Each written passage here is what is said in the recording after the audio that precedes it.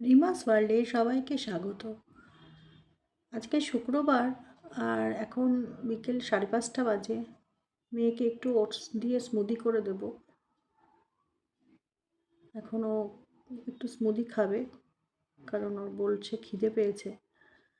একটু করে দিই। তারপর আজকে অনেক কাজ আছে আমার। মেয়ের মাথার তেল বানাতে হবে চুলের। তারপরে কেনাকাটা একটু অর্ডার করেছি, সেগুলো আসবে, গোছাতে হবে।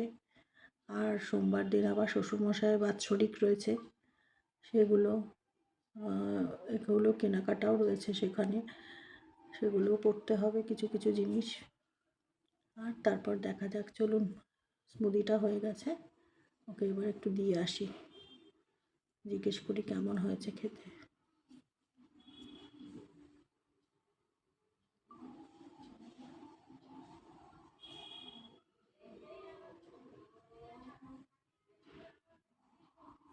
আর একটু বেশি রয়েছে, দিয়ে দেবো কিনা জিজ্ঞেস করি। না করছে।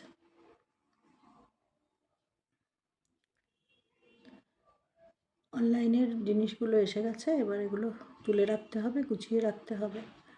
এগুলো গুছিয়ে রেখে তারপর আমি যাব হচ্ছে তেলটা বানাতে। আর সেই দিনকে শান্তিনিকেতন থেকে যে কেটেলটা কিনে আনলাম, সেটাই খাবার ঘরে সাজিয়ে রেখেছি। কেমন লাগছে অবশ্যই জানাবেন। এই যে, আমার খুব সুন্দর লাগছে, আপনারাও জানাবেন কেমন লাগছে।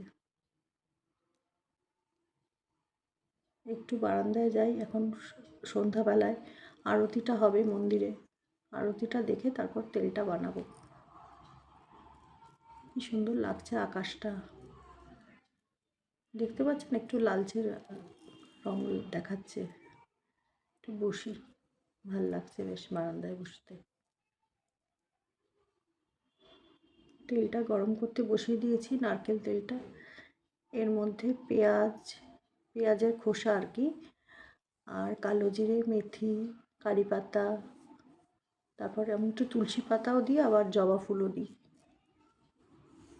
দিয়ে ভালো করে ফুটিয়ে ঠান্ডা করে তারপর একটা পাত্রের মধ্যে ঢেলে রাখবো। সেটা সারা সপ্তাহ ধরে আপনি চাইলে মাখতে পারেন। এটাতে একদম চুল পড়া বন্ধ হয়ে যায়, আর চুলটা খুব ভালো সিল্কিও হয়। শ্যাম্পু করার আগের দিন আমরা এটা মাখি। খুব ভালো তেলটা।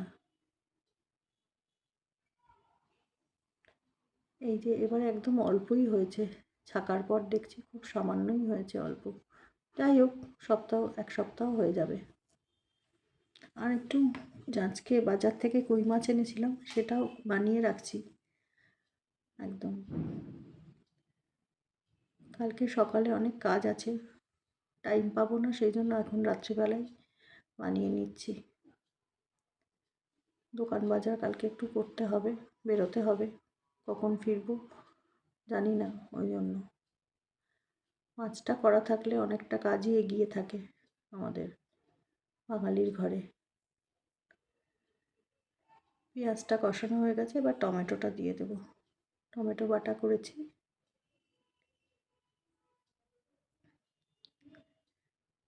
কই মাছের এই ঝালটা খেতে আমার বাড়িতে সবাই খুব ভালোবাসে। দু একটা কাঁচা লঙ্কাও দিয়ে দিয়েছি চিড়ে একদম। তেলটা ছাড়তে শুরু করেছে।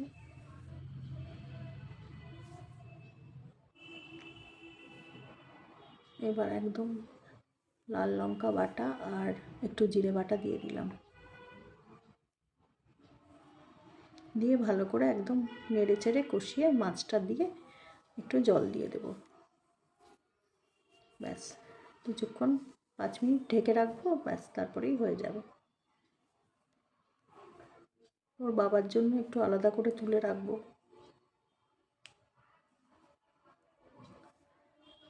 ব্যাস, কাটাকুটি থাকলে রান্না করতে বেশিক্ষণ সময় লাগে না, হয়ে গেছে। দুটো ভাগে ভাগ করে নিয়েছি, আলাদা আলাদা করে একদম। আজ এই পর্যন্তই থাকবে ব্লগটা, নেক্সট ব্লগে আবার দেখা হবে।